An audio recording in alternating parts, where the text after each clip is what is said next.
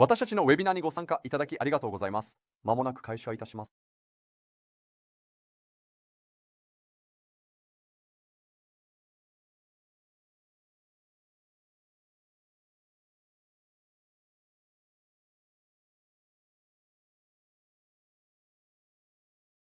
Hepinizi burada görmekten heyecan duyuyoruz. Harika bir sohbet gerçekleştirmeyi dört gözle bekliyoruz.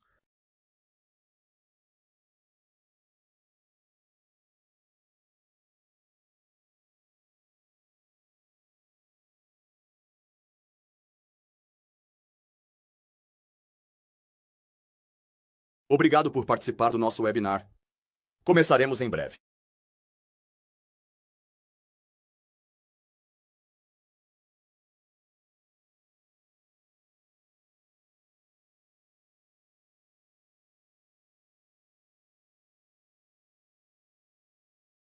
نحن متحمسون لوجودكم جميعا هنا. نتطلع إلى محادثة رائعة.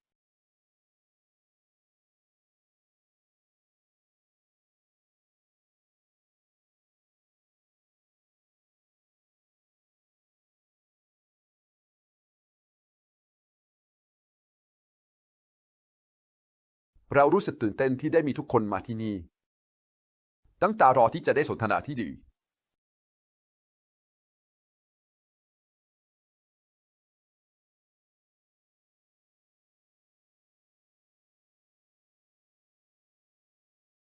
Comenzaremos en un momento. Gracias por unirse al webinar.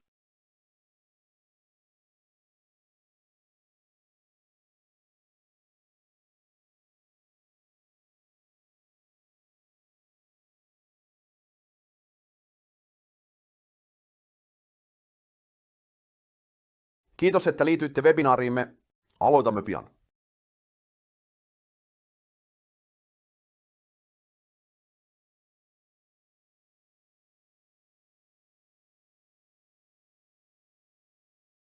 Grazie per esserti unito al nostro webinar. Inizieremo a breve.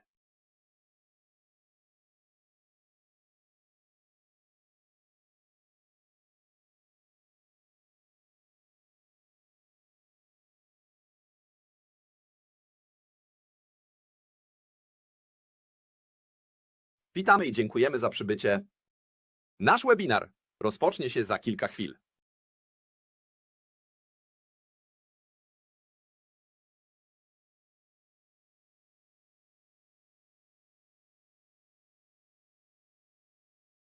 我们马上就要开始了。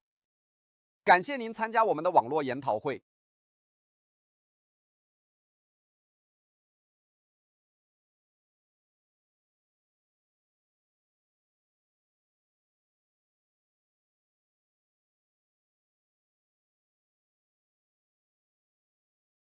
Добре дошли и благодаря, че дойдохте. Нашият вебинар ще започне след няколко минути.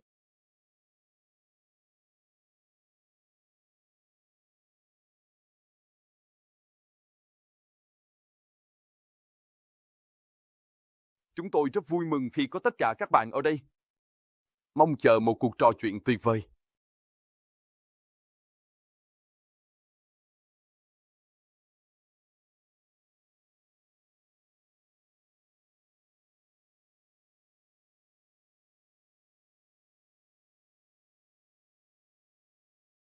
Bienvenue et merci d'être venu. Notre webinaire commencera dans quelques instants.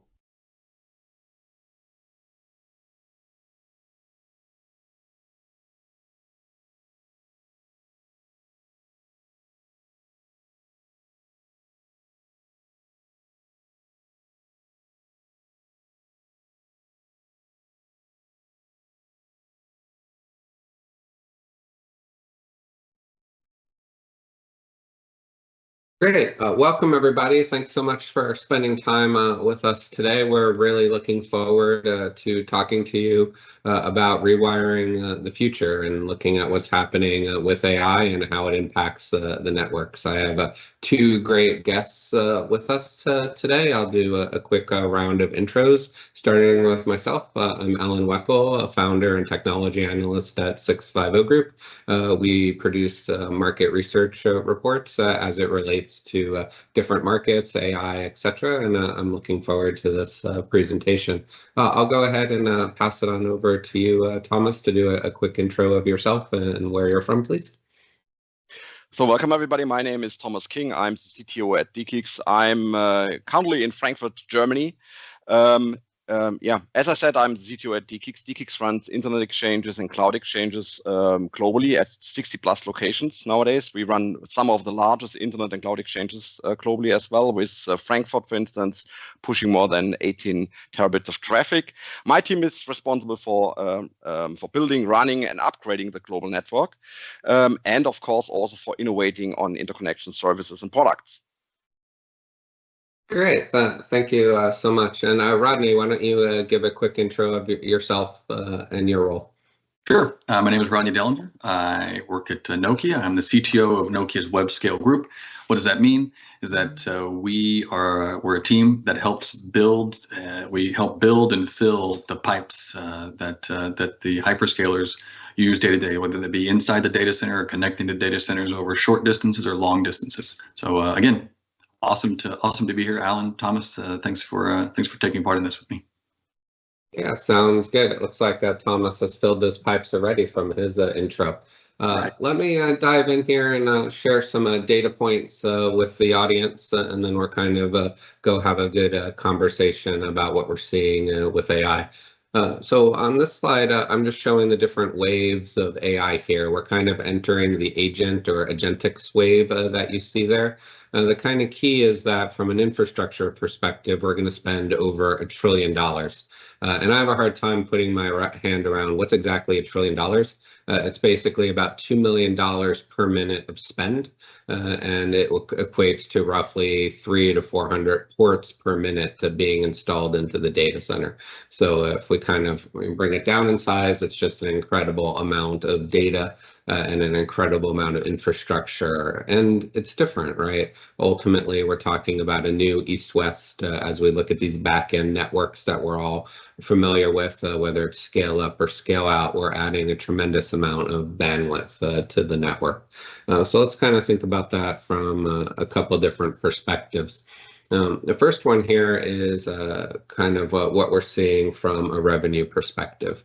And ultimately, one of the key questions that I get a ton is like, hey, how is this sustainable? And the answer is the revenue supports this, right? The cloud market is moving from $1 trillion market to a $2 trillion market. If you include some, aggressive marketing there, right, you can get an even larger market size. The key is, right, revenue is really driving the need for spend. We're not where we were 5 or 10 years ago, where the cloud was relatively niche. It's kind of permeated throughout our lives and can support these revenue spend numbers. The second thing out there is what's happening inside these data centers. And what we can see is we've gone from a traditional compute market to one in a few years where AI infrastructure will be the dominant type of technology inside the data center. So a massive and rapid change. I've been in this industry for over 20 years, and we've never really quite had a chart like this, not only in magnitude, right, kind of $1 to $2 trillion of spend in infrastructure, but also like the rapid change inside. We need larger pipes and we need them faster than what we've ever had before. And I think this next chart helps frame that a little bit more clearly. If we look at bandwidth inside the data center, you can see that AI connectivity is growing north of 100% per year. And as we kind of think about what that means, as we move from left to right in the chart, it says, hey, by the end of the decade, over half the bandwidth in the data center will be related to AI. And on a positive side, right, because it's growing so rapidly, it's pulling up the markets. We can see that for total DC switching here. You can also see that for DCI and kind of the interconnect markets. We're driving a significant amount of bandwidth, and it's becoming the dominant part of the infrastructure inside the data center. So let's talk about outside the data center, right? If we look at the interconnect market here, it's just kind of like a cloud view. You can see rapid growth. So we'll get into this as we move into the conversation part. But when people talk about DCI or ZR plus, right, we can kind of see that this market is also growing very rapidly. So with that, Thomas, I'm just going to dive right into it. Gen AI has a ton of use cases. How is it related to traffic? How it will impact the network moving forward?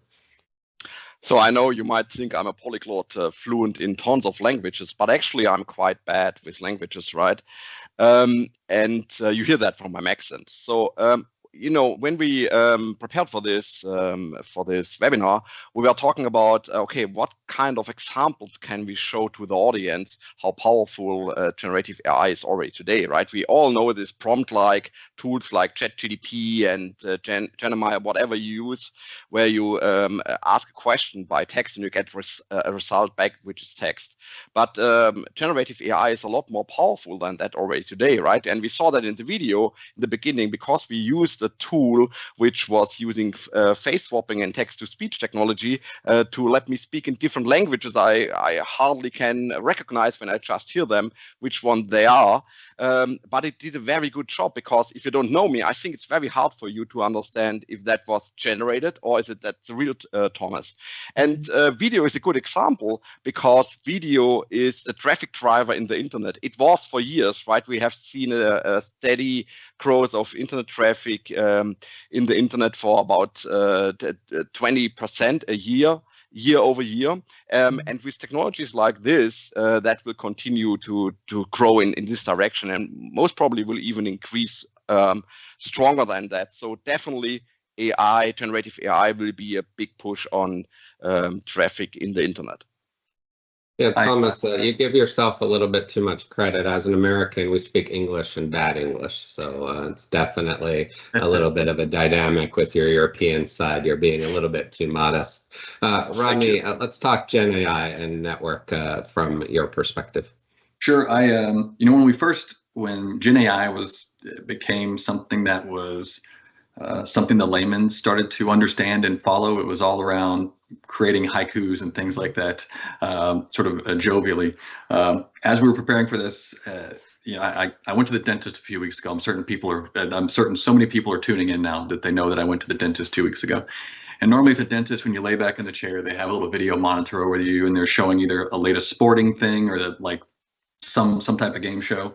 But this one, it was actually a picture of my own teeth. They had taken an X-ray of my teeth. Now my teeth are up on the screen for me to see and the technician to see. And I found it super interesting because it wasn't actually just my teeth. They were using a cloud platform to actually measure my teeth. So on every tooth there was a marker to suggest from the crown of my tooth to the root what the distance was in millimeters and what the distance was between each tooth in millimeters to see if everything was all aligned properly. And even more interestingly, they had some technology to look at my amount of enamel between the crown and the dentin in my teeth. And so it can help identify cavities and stuff like this. And the funny thing is, to get to my personal dentist office, I drove past probably 25 dentist offices to get there. And so if everybody's starting to use all these different applications, this is more than just doing some sort of automated haiku business. This is now real image processing, real feedback to the dentist. And that's just, that's just one example of a picture in this case, but you can see how when you get into things like automated driving, you could actually use real-time video processing to do that. All this means is more and more and more constraints on the data in the network. Yeah, absolutely. It brings a whole new DAS, right? Dentist as a service, I think is what you were describing there. Yeah, I couldn't resist on that one. Let's talk training versus inference. I think both of you sit in really unique spots of the network and of the ecosystem. What do you see today as differences between training and inference? And then maybe give our audience a 2- and 5-year view as well. So let me start with that. Yeah, exactly.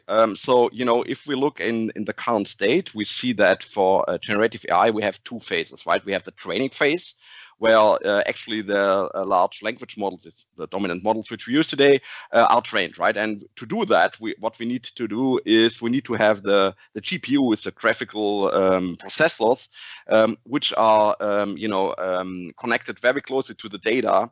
They need to have access to this data very quickly, so the latency is an issue there. And these clusters which build these large language models, they today need to be within a data center because of these latency requirements. And we see that there's a lot of traffic pushed within the data centers to make these large language models work. But then after you have trained the large language models, you take that model and you use it for inference, right? And during this inference phase, this is where you put the user in front of that for querying the model and get all the feedback and the results back. As we were just talking about the prompt-like tools which you're using, or the generative AI video tool which we are just using, right? So these are the two models, and we see that when in the inference phase, and especially also with the new models, when we look into reasoning, it goes a step further, right? It takes more computational power at the in the phase when you want to query the models. Then you need to bring that very closely to the user, so that latency for getting the responses back, because the computation on the model takes also time, that this is within a certain boundary which is acceptable for the users, for the user experience. And so we see that both parts are already today growing very quickly. And for the next 2 or 5 years, as you just showed on your graphs, Alan, it will explode and will grow very, very heavily. Okay. Rodney, what are you seeing? Thomas talked about the inference aspect, but even on the training side of things, if we sort of project out to 2 to 5 years, historically, what we think about training is this sort of warehouse scale data center with an army of GPUs working on all this data, and then magically this model is spit out and put into all these sort of edge inference nodes. Well, there's still a problem. Like you look at any analyst report, Alan, I'm certain you have a report that shows how much power is being consumed. And so now you have more power that can be consumed in any one data center location. And so that means now that you're actually having distributed or training over distance. There is a maximum to whatever this distance can be. But in actuality, on training, while latency is important, predictive and deterministic latency is the key here. And so the thing that we will start to see is this training over distance, in addition to the inference at the edge. So you're going to see more and more data centers built with more and more capacity in between them, because what we just talked about is training is on a huge amount of data.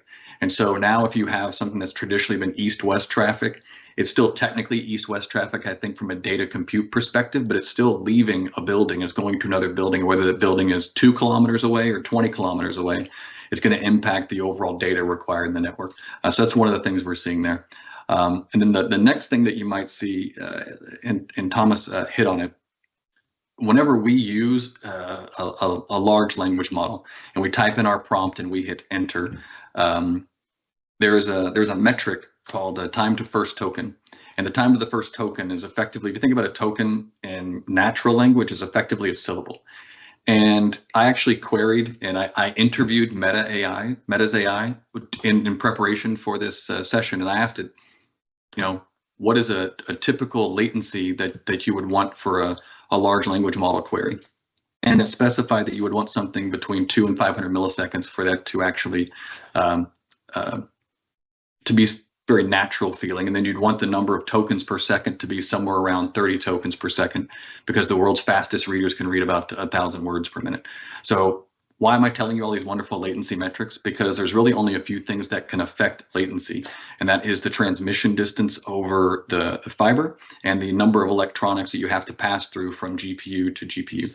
And the way you impact that is you lessen the number of electronics. And so that's why you're starting to see on the optical side of things, IP over DWDM over IP, where you just put a coherent pluggable in a routing or switching device to eliminate other gear, because we used to go black and white into a DCI box or into a transponder, and so every juncture of an OEO is adding latency. And the next aspect of it is the fiber itself. So most of the standard fiber in the ground today is just standard single mode fiber, and with a certain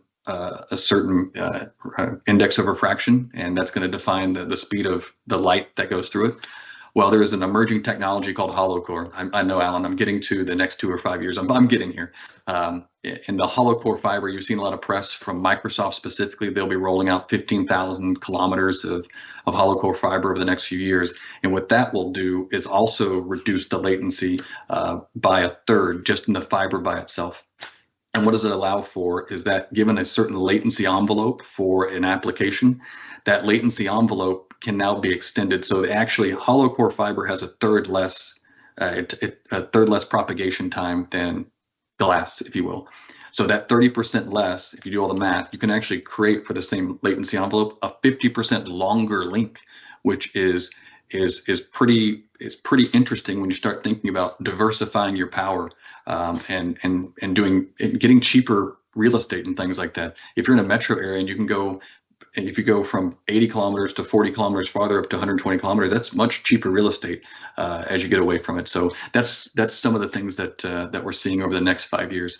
I'd say more distribution, Alan, and probably the hollow core, if it really takes off, will be a major player in helping to mitigate the latency. Yeah, Thomas, let's hear you and what you think about 5 years out. What's this all going to look like? So I think Rodney made a very good point about that the GPU clusters, which today generate the LLM models, right? They will be in the 5 years' time. Today we don't have technology yet, but technology is developed as we speak. Just to name Ultra Ethernet, for instance, right, which allows that these GPU clusters will be able to be distributed over different data centers in a metro. I think we definitely need that because today, there is excess capacity like space and power available in different data centers, but it's not huge enough and big enough for placing a GPU cluster there by itself. But if you combine it with different additional capacity which is available at a different data, then it makes sense. So we need to have this technology, and it is developed, and then we will see that this kind of distributed GPU clusters will become a reality. And internet exchanges, for instance, are a great place to combine these different data centers, right? Because internet exchanges are usually already in these data centers today and have high capacity in terms of how much bandwidth can be pushed in low latency networks. For this, that this GPU clusters can become a reality soon.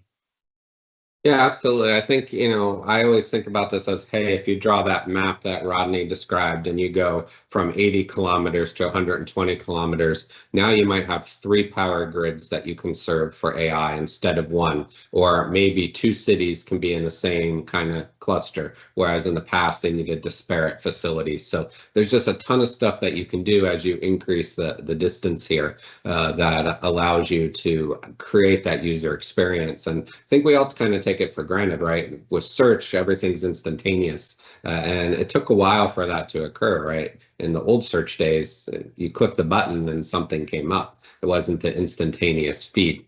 And so that time to first token, concurrent tokens, is just the AI version of speeding up search, and users demand that because that's what they're coming from, we're say, on that other screen or that other experience. So I think the edge is really important there. Maybe we can go to Thomas and you can talk a little bit there on what is the role of edge going forward. So, let's talk about edge in general first, right? So what does the edge mean? Edge means that computational power or the application and the data which needs to be shown to the user is very close to the user because of the latency envelope Rodney was just talking about. And, new technology like hollow core fibers will allow to change that envelope a bit, or how this is implemented a bit.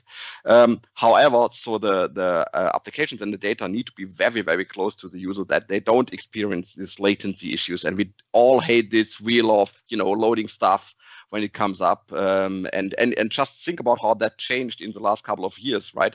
When we started using YouTube, for instance, right? It was normal when you were hitting the play button that there was a wheel coming up loading the video. Nowadays, when you scroll through Instagram and all this TikTok-like applications where you just watch videos after videos, they just start when you scroll to them, right? So it's a complete different experience, and to make that happen, you need to make sure that the content is close to the user, and this is what we mean with edge computing, right? And there are different definitions how close it needs to be.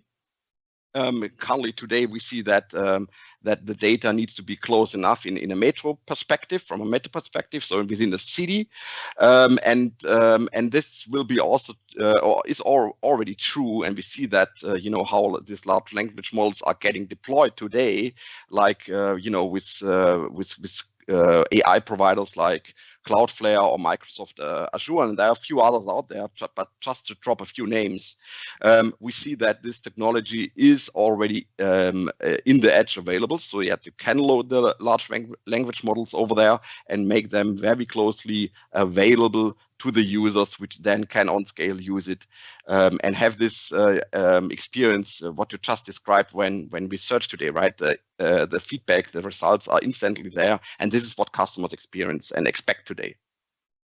I think you hit on it, Thomas, and Alan, you did as well. As a society, we've grown much less patient. We expect immediate results whenever we ask anything. The internet has trained us that way.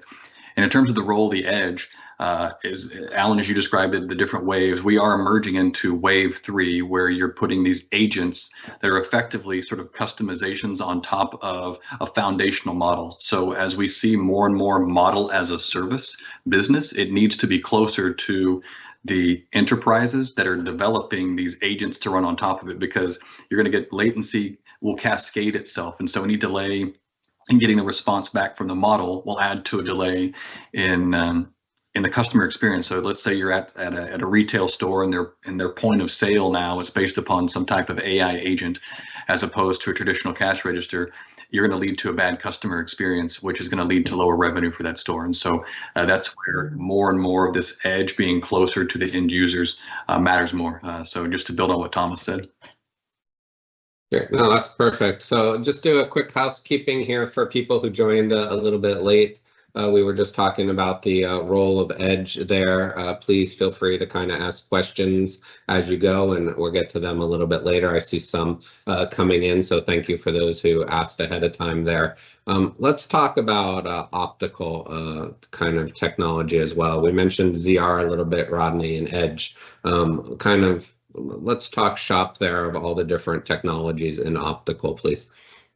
Well, I enjoyed the rest of you speaking. I'm going to talk for the next 45 minutes, and we're going to go over time. I'm just joking, Al. The role of optics, every chart that you showed and every chart that you see on a weekly basis, it shows everything going up to the right. And so at every juncture for AI, optics is involved. So whether it is short reach optics, or some people call it datacom within the data center, that's expected to become, it's supposed to double in size of the overall CapEx percentage. And so there's an enormous demand for 400 gig and 800 gig interfaces within the data centers themselves. Then on the opposite edge of that, you see Google and you see Meta announcing these massive subsea cables. And so Meta just announced a 50,000 kilometer, I had to put a note on the screen, Alan, so I would remember the number, for Project Waterworth, which was actually named after Gary Waterworth, who we lost last year. It's the largest subsea cable ever developed. So you see this massive amount of capacity over incredible distance, and a massive amount of capacity over the smaller distances. And then every place in between. And so now you have this DCI layer, which is going to be comprised of either coherent pluggable optics, which I talked about before with ZR, with 400 gig ZR. And then what's coming this year is 800 gig ZR plus, where you're seeing these 800 gig coherent pluggables go over a tremendous distance, which used to be covered by a DCI box. And then on top of that, the line systems required. So the line systems themselves, we forecast that the number of line systems required are going to double between now and 2030, sort of in concert with your charts, Alan. And clearly Nokia believes in this. We just completed our transaction with Infinera last Friday. I did the math. We are 144 hours into the transaction, Alan. So clearly Nokia believes in the power of optics. Even everything that Thomas and I were talking about and you were asking about with the edge, that's all connected by some type of metro fiber or maybe some sort of regional fiber. And you've seen the emergence of C+L over the last few years to double the capacity that's within each of those fibers, effectively double it. And the fact that that is already there and we have to now, those deployments will also increase by 2. This wave of capacity just doesn't seem to be slowing down, and the optics have to keep up with it. Yeah, absolutely. I think, yeah, Thomas, you go ahead. I want to talk inside the data center, but you talk. So I just wanted to mention that, Rodney was talking about all this great technology, set optics and all the optical stuff, which is happening mainly within the data centers or connecting data centers. But we also see that, this technology is nowadays used at the edge for connecting the different players, right? So for the eyeballs, for the users, how they get connected to the data and the content and to the internet exchanges, which, interconnect these 2 different parties. And we see that this high demand or high bandwidth technology is on high demand also on the edge. So I think we are quite happy nowadays having this technology available, because I can remember 10 years ago, that was always a scarce technology, right? Having enough bandwidth on the optical layer, but that's solved somehow, at least on the edge. I think in the data center, it's a bit more, the demand is a bit more, a bit higher and a bit stronger. So we see that there's still a push for developing new technology. But I just wanted to say that we see that this technology is moving into the edge as well, which is great.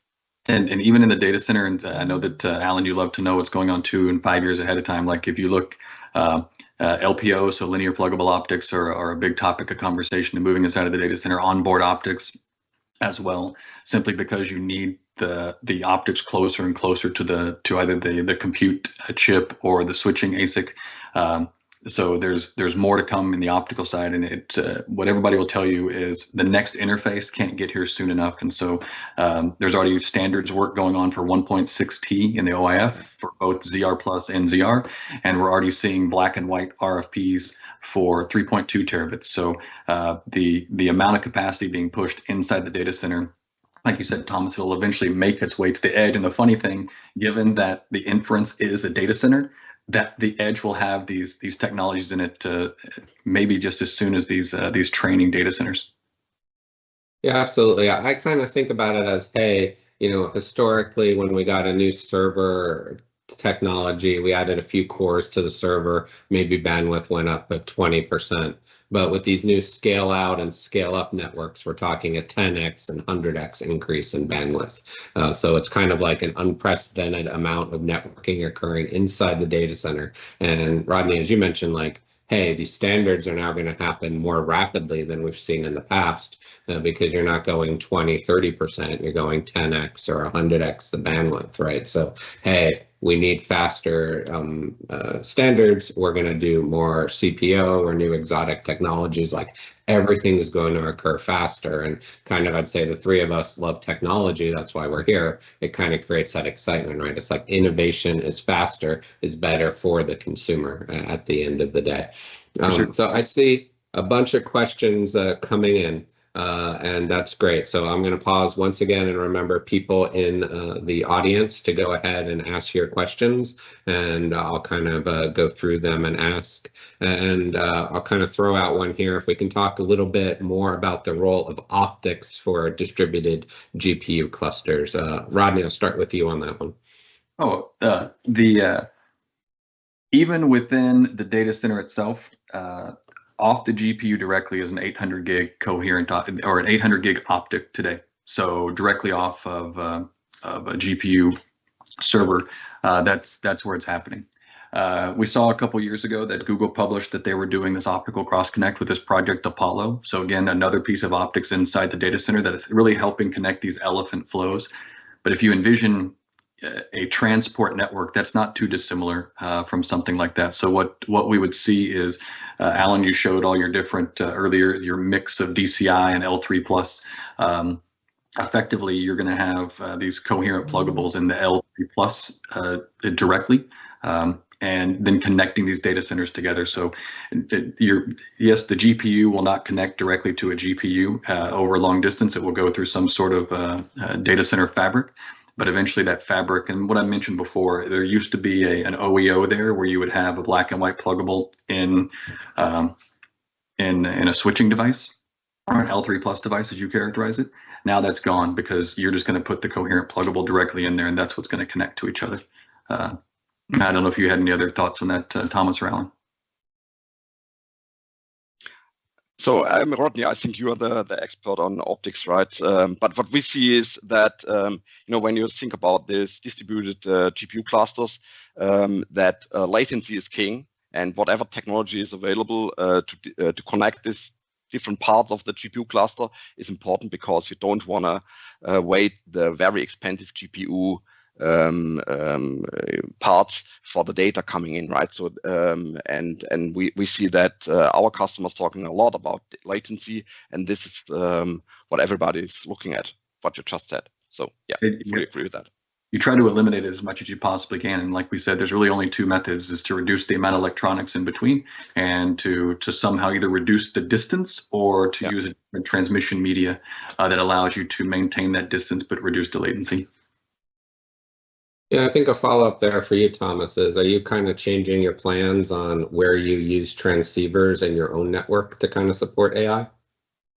Rodney already pointed it out, right? So we see that data center interconnects tried to remove as many transformations as possible. So you stay as long on the optical part when possible, and do only a translation once into the router, right? When the light comes into the data center. And this is what we see the whole industry is doing, and of course we do the same thing, right? So you move away from the traditional data center interconnect technology, where you had this colored optics, and then you are transforming that into gray optics, which then connected into the router. This transformation is adding latency, and you want to remove that. And this is why we see these pluggables nowadays, the current technology just sitting within the router, right? So you removed one transformation, and this is what everybody's doing. What we of course do as well. We are pushing very hard for that for a couple of years now. We use 400G technology in our backbone. I don't know, for 3 or 4 years already. 800 gig is a topic which we introduce, as we speak, also in our big metros. So yeah, that's definitely a thing. I think the difference with 800 gig, Alan, just to put a bow on that one, is the sheer distance that it can be achieved with these modern pluggables. The 800 gig ZR Plus, for instance, can go 2,000 kilometers at that data rate, which is shocking for a pluggable that's this size. So that's really what seems to be a game changer in that space, is the distance that can be covered by the optic, which used to, without doing that, it would require that using a DCI box, which we still support obviously as well, but for latency reasons and economic reasons, people are seeing value in these long haul pluggables. Yeah, I mean, that's pretty amazing. If you think about 2,000 kilometers in a transceiver, for the most part, that's the entire country can now be serviced with a pluggable module. Maybe not us as a US, but like as you get into Europe and others, that's like the whole country. It's pretty amazing. Yeah. I see a bunch of technical questions coming in, but before we get there, let's kind of flip over a little bit more and talk about automation. And we haven't spent too much time on the conversation today on that, but what's automation's role here going forward? So it's paramount in this, Alan. I'll simply put it that way. So if you are an enterprise, you don't really care about the underlying technology that's connecting your point of sale, like I gave earlier, to the GPUs to actually run this inference. You are aware that you're going through DE-CIX internet exchange. Maybe you don't even care. What you really care about is that you have this in service. And the only way to make that happen is to have some like sort of real network as a service. and for everything to sort of have a ubiquitous data model that allows you to do this multi-platform disaggregated network in a uniform way. Because it is disaggregated, you're going to need to communicate with a bunch of different devices from a bunch of different suppliers. And if it's not done with some either standard APIs or standard data models, it simply won't work effectively. So without the automation, and let's face it, a lot of this automation started within the data center and has crept out of the data center into the wide area network. And you cannot have this effective scale out unless things look, to use an American term, cookie cutter. That's the only way to make it work. Thomas, I don't know if you see it the same way. Exactly. So automation is the basis for making this available on this scale as well. You can't do it manually anymore, right? You need to automate it. And if we look into the cloud services, how cloud services are nowadays consumed by enterprises and by users, right? This is usually done through automation, through APIs, through self-service portals, and in the end, the AI technology which we are talking about is more or less just another cloud service, right? So with the deep integration which we have already today into these hyperscalers, we just named a few, right? How enterprises have dedicated connections into their virtual, into their VPCs and things like that. We will definitely see that this technology, which is already available today, will be used for this AI use cases as well. And so automation and network automation and APIs and self-service portals, from my perspective, is something which is already available today, and we will see in the AI use case even more. Great. There's been a couple questions I saw that were related to Hollow Core. So maybe, Rodney, I'll start with you on, one, what exactly is Hollow Core? I think there's some questions there. And then two, kind of, how does that relate to your plans as a systems vendor? Sure. So Hollow Core, funny enough, is exactly how it is described. Traditional fiber is a solid piece of glass, pure, like this, or silica, if you will. And with that, there's a certain index of refraction, which means that the light can go so fast through glass. One of the promises of Hollow Core, so Hollow Core is, when I say it's exactly as described, it's not just a solid tube, or it's not just a hollow tube of glass. There is a structure in there. Just for like a layman example, it looks a little bit like a honeycomb. It's not quite a honeycomb, but it allows a hollow tube of air or inert gas for the waveform to traverse, and it gives a couple of advantages. We've mentioned latency already. That's sort of the killer app for it. Two other potentials are the fact you have uniformity of a loss coefficient across multiple bands. And so as multi-band systems become more prevalent, perhaps you can take advantage of that more. The traditional C-band was perfect for DWDM optical transmission. And now if that extends beyond just the L-band to the S-band and the U-band, there's all sorts of research going on in this area. That could be a promise that any one fiber could carry out a tremendous amount of traffic. And the other aspect of it could be that the research suggests that you could also have lower loss as well. So just overall lower loss. So now you get more bandwidth, lower loss, lower latency. What does that mean for Nokia? Well, I would encourage everybody to come to OFC and have a conversation with us about it. But the systems are going to have to be modified to really handle Hollow Core. Hollow Core can handle more power.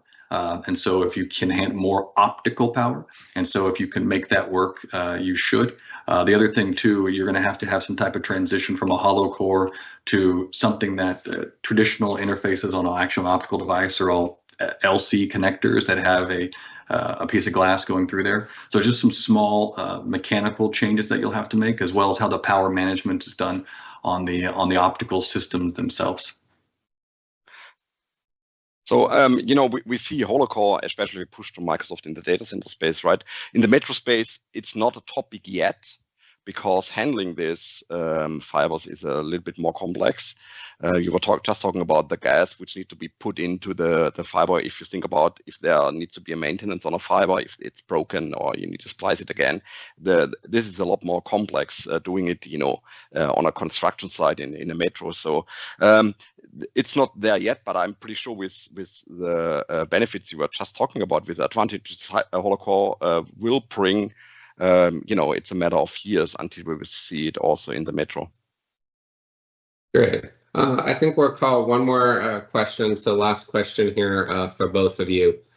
We talked a lot about telco and cloud. Let's talk about enterprise and kind of enterprise role in this AI revolution. Sure. So I think we touched on it a second ago, Alan, or at least I did when I mentioned the agents. So the enterprises are going to use these foundational models developed by a lot of the hyperscalers and then adapt them to their own use case. You can think of it as like if you go through a drive-through somewhere, you're going to have an automated. If you're in the U.S. and you want a hamburger, you're going to drive to a drive-through and ask somebody for your order. More and more, that order is going to be handled by an AI chatbot. And the AI chatbot is going to be powered by some agent that is run on top of a foundational data model. So that is, in reality, on the enterprise side of things, Alan, I see them as the largest consumers of AI, more so than like you and I doing our queries using Notebook LM and all that stuff to increase our knowledge quicker. That's how I see it. Thomas? Yeah, I think you already explained it quite nicely. I see it the same way. So enterprises will be using it, and we will see AI will be ubiquitous, right? It will be everywhere, and of course also for the end consumer. But enterprises will have a big leverage on what they will do. They can be quicker, more precise. So it will be a booster on productivity, and definitely we will see a higher adoption rate on that. Great. So I think that's a great way to end the webinar. It was great working with you, Rodney and Thomas. I learned a lot, and this was a ton of fun out there. So for everyone who attended, we appreciate your time. In kind of the link chat there on the webinar, you should see some links to both speakers out there, and we'll do a shameless plug for visiting Rodney at OFC. Thomas, where can people find you next? I usually attend Nanox in the US or RIPE meetings in Europe, and of course the Nokia meetings, as experts meetings are coming up, right? Yep. So I will attend them as well. Perfect. Thanks everybody so much, and have a great rest of your day. Thanks, guys. Nice talking to you.